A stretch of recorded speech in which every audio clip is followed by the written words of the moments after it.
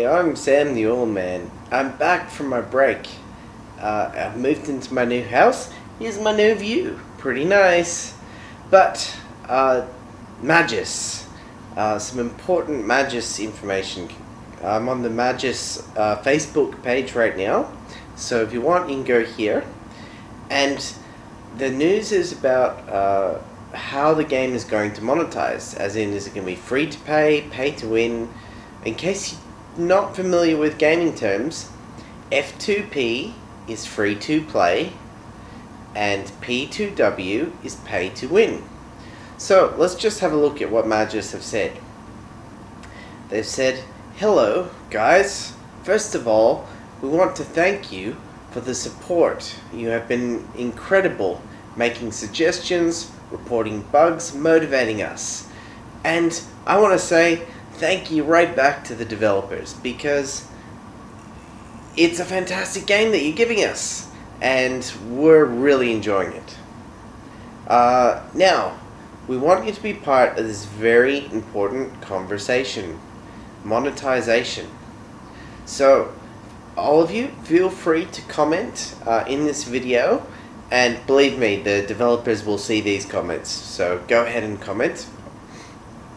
Now, we value transparency, and therefore we want you to comment and discuss our latest design. The system we have already implemented was flawed and would inherently make the game pay to win. We have decided to completely change it, and this is the result. Monetization 2.0. We obviously can't share all the details with you yet, but this is the core. There are two currencies in this game: magic dust, a premium currency, and gold, obtainable only by playing the game. Now, the biggest and most important change that they're going to make is that there will be no gold for magic dust exchange. We've decided to divide the items or features into three categories. Now, I think this is absolutely fantastic that they're completely separating the currency. There's been a lot of games that have had a switch between real money currency and currencies that you get by playing the game, and it's only a matter of time before various hackers or whatnot find ways to exploit this. And by just completely separating it, it means if you want in-game currency, you have to play the game. There's no two ways about it, which is great. It also means that free-to-play portion of the game, it opens it up for everyone. Everyone is going to be able to play and experience Maguss for free. It's fantastic, and good on the developers for taking this particular route. Now, the three items, just for gold. These items can only be purchased by gold, as I was just saying just then.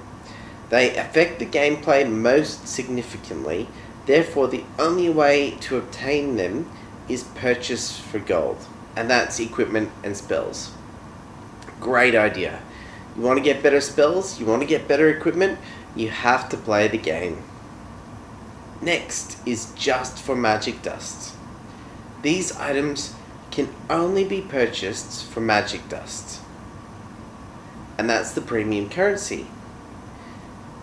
They enhance the experience. They do not necessarily benefit your player stats. So that means that you can't just pay money to upgrade your stats so that you win duels. If you want to win your duels, if you want better player stats, go play the game. Fantastic idea.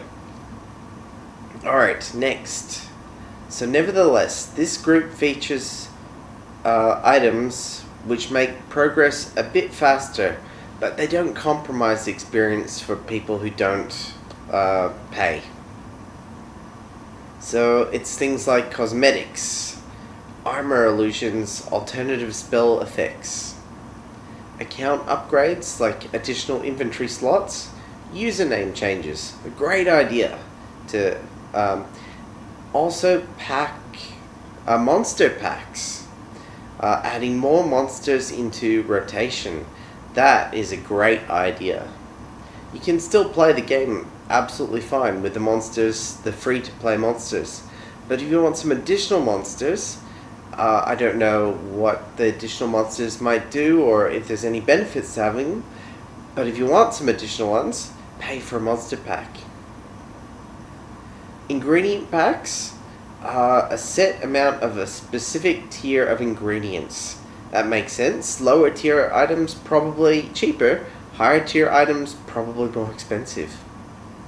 And then crafting materials. And then XP boosters, health regeneration boosts, and some other features. All of these things here would not compromise the gameplay of people who don't pay money, and that's fantastic. And the next is items that you can get with magic dust or gold, and that includes items and features which have medium impact on gameplay, and therefore are available for both currencies. So this includes things like potions, beans, cauldrons, and recipes. Great idea. So we have tried to avoid any pay-to-win microtransactions completely. It's a thin line between enhancing the experience and a pay-to-win model, but we believe we're on the right track now. Please let us know what you think. Discuss, comment, and suggest. We are a really small team. They are a very small team. And to think that the game can survive without microtransactions at all is ignorant and naive. Yeah, they've put in years of time to build this game for us, and they're such a small development team and company. They need to get paid. They deserve to get paid, and to be able to host and maintain a game of this magnitude, they need money. There's no two ways about it. And the only way they get money is by having people pay for in-game transactions. So they want to provide an excellent experience for non-paying users, but also giving paying users features worth their money, and finishing off with thank you. So they're absolutely looking for comments and ideas from us, the player base. Not at all like Niantic, that didn't want anything to do with anybody and just wanted to do their own thing. With Maguss, they want our feedback. So my personal opinions, I made some notes. So my personal opinions on this particular issue of in-game transactions, pay to win, free to play. I think it's a fantastic idea what they're doing in terms of separating the game itself and the the in-game transactions, so that you can't progress without playing the game. And if you don't play, you still have a shot at doing very well in the duels. But they need to make money. So what I think they should be doing is creating, to start, a VIP package that is a monthly transaction, and this is what Congregate have done as well in Animation Throwdown. I play a lot of that on my other channel, SamTheOilMan Plays Games. Go check it out, it's in the links in the description.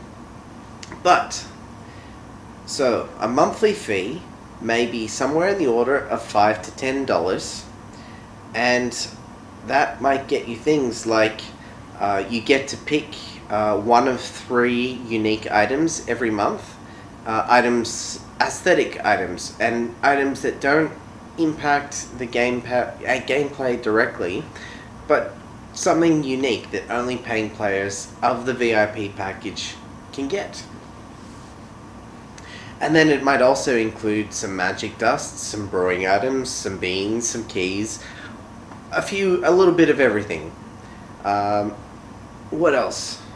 Next, No, before I move on, I think also with the VIP package, I think anyone who's an alpha key supporter of this game should either get 6 months to a year or even a permanent VIP package as a thanks for supporting and helping to develop this game. I think they should at least get a period of time where they get that VIP package as part of the bonus of paying their money up front and supporting Maguss. Next thing that Congregate have discovered, or maybe not discovered, but their economics are very sound, is that some people have a lot of money and some people want to spend a lot of money. So don't stop people from being able to spend money if they want to. Now this is one thing where Pokemon Go got it very, very wrong. They capped the number of Pokemon that you're allowed to have in the Pokemon inventory to 1,000. I want to pay more money to have more spot to collect more good Pokemon. I'd pay lots of money, but they don't want to take my money. They won't. So I pretty much am stopping to play. And because in Pokemon, I spend money to buy incubators to hatch good Pokemon, and I won't be able to keep them. Else what's the point? So now that my inventory is basically full, I've nearly got 1,000 good Pokemon, I'm not going to spend any more money. And that brings us to the point of collections as well. I like to collect things. So give us things in the game to collect, an inventory to hold them, and let us buy more inventory. And don't cap it. Now the idea that I have is make space exponentially more expensive. So you can buy 2, 3, 4 rounds of your inventory expansion relatively cheaply. But if you want to do 5, 10, 20 inventory expansions, let us, but make it exponentially more expensive. Now, having that much inventory, probably not going to be a significant benefit to the game itself. But if we want it, why not let us buy it? Next, pets. I'm sure I read somewhere or heard somewhere that pets are coming to the game. Now in Harry Potter, the wizards have pets. I want to have a pet. Now the pet doesn't necessarily have to impact the game at all. It's just aesthetically there. When someone else clicks on my profile, my dueling profile, and has a look at my character, they should be able to see my pet as well. And I think there should be multiple pets, because same as in Harry Potter, people could collect also, well, not collect, but everyone had a different pet. Some people had snakes. Harry Potter had an owl. Maybe pets could be some monsters or some sort of hybrid animal pet. Maybe you design your pet out of different characters or bits and pieces, and maybe there's an idea for you. I just came up with this. Maybe you can upgrade your pet. I want my pet to have different ears now, so let's buy different ears for my pet. I want my pet to grow bigger, so maybe your pet, you need to walk your pet, explore with your pet to get experience.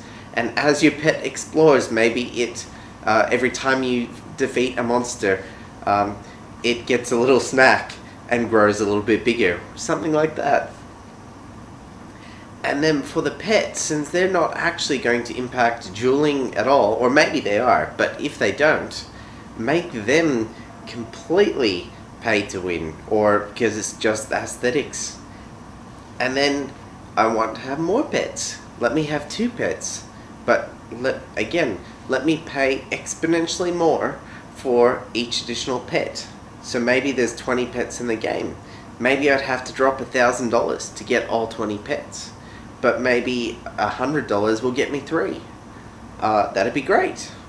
I'll pay $100 for 3 pets, depending how the game all works. At least 1 for sure. But maybe make it so that free-to-play players can easily get enough magic dust to get a pet. Let them get a pet, and if they save up the magic dust for long enough, maybe get 2, and maybe over a course of year 3. But if you want to get 20 pets, you've got to pay. And if you have to maybe have them as your buddy or interact with them in-game to help level them up, great. But if you want to pay additional money to make that process of your pets faster, then let us pay the money to do that. That way, the pets are a source of income for the developers, but they're not at all going to impact the dueling, the leveling up of your character, your stats of your character. You have to play the game to do that. But pets can be totally pay to win, pay to level up. Just a thought. My battery just died. I've been talking about this so much. But I got a new battery. So, where I was going with that. Pets and Animation Throwdown. So Animation Throwdown have lots of different challenges and events. And what I'm thinking is if you make the pets pay to win, then have an additional part of the game that is only going to be really for the pay to win players. Perhaps create medals and events, and your pets can get and wear these medals if you perform to a certain level within certain events, and make that completely pay to win. Why not? That way your pet portion of the game is only going to be this small little portion, but people who want to play that small little portion and want to win, want to be number 1 in that little pet arena, let the pets fight each other, or some sort of pet magic, or some sort of challenge that you have to do with your pets. The pets have to explore for maybe just a straight out exploration, pet exploration event, and you can buy XP modifiers, and don't have a limit on how many XP modifiers for your pet you can have during that time. That way, if people want to pay tons of money for that little bit of the game, let them. But it's not going to impact the Maguss overall game whatsoever. Little in-game events that let people spend money to be on the leaderboard, rank number 1, and collect a medal to put in their inventory. I love collecting medals myself. And I know with Animation Throwdown, their pretty much entire game is pay to win. They have these leaderboards. You can be number 1. You don't even get a medal. You were number 1 and you know that. But after the event's done, it's wiped out. There's no record of it. But it's entirely pay to win, and people are spending thousands of dollars on it. Yes, you heard me right, thousands of dollars. And what I really love is that you've made this game, or not you, but the developers have made this game that is going to be free to play, and you have to play to level up. And you're going to pay for some additional experience that isn't going to impact the main game whatsoever. Just additional experience for paying players. Fantastic. But what I've learned from Congregate and mobile game economics is, if people want to pay money, let them.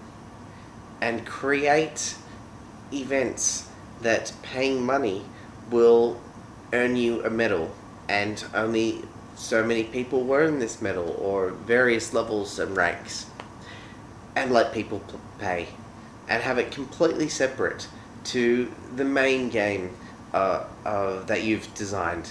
That's my thoughts. That way you can still earn significant income from these side little bits that are going to create an enhanced game for those that pay.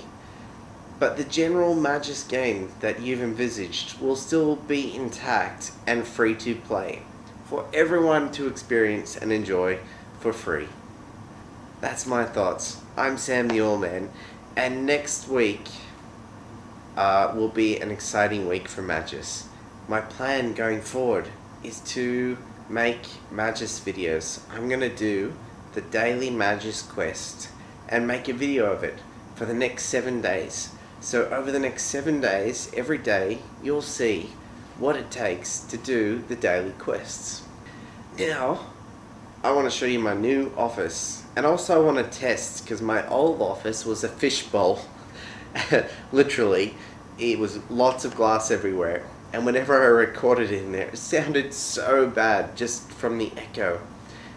So we're going to see if my new office is a fishbowl as well, or if I can record video without any issues in there, or do I need to buy some acoustic foam? We'll find out in a second. Hi everyone, and welcome to my new office.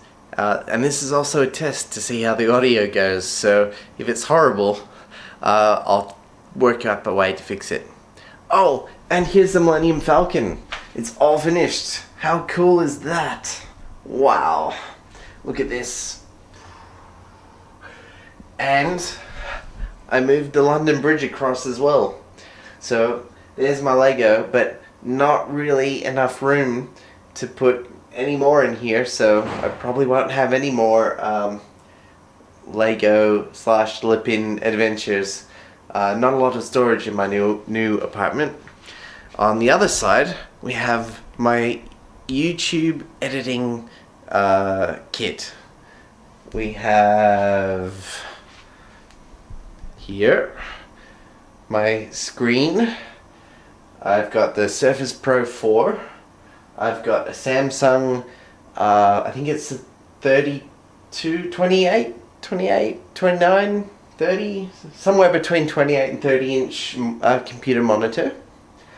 I've got my Asus Lamborghini laptop, which is actually really old. It's like 5 or 6 years old now. But when this one is busy doing the Surface Pro 4, when it's busy doing the video editing, at least I have another computer if I need to do other things.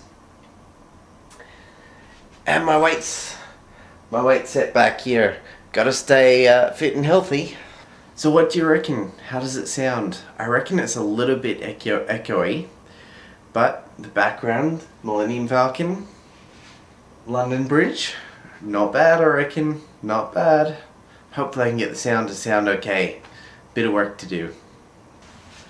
Or maybe I should have it in widescreen mode and record like this, so you can see my office and me and a game. Only when I've got news to talk about though, and only if the sound works out okay. If it sounds too much like a fishbowl, I'll have to either get a bunch of acoustic foam or record outside. Catch you tomorrow.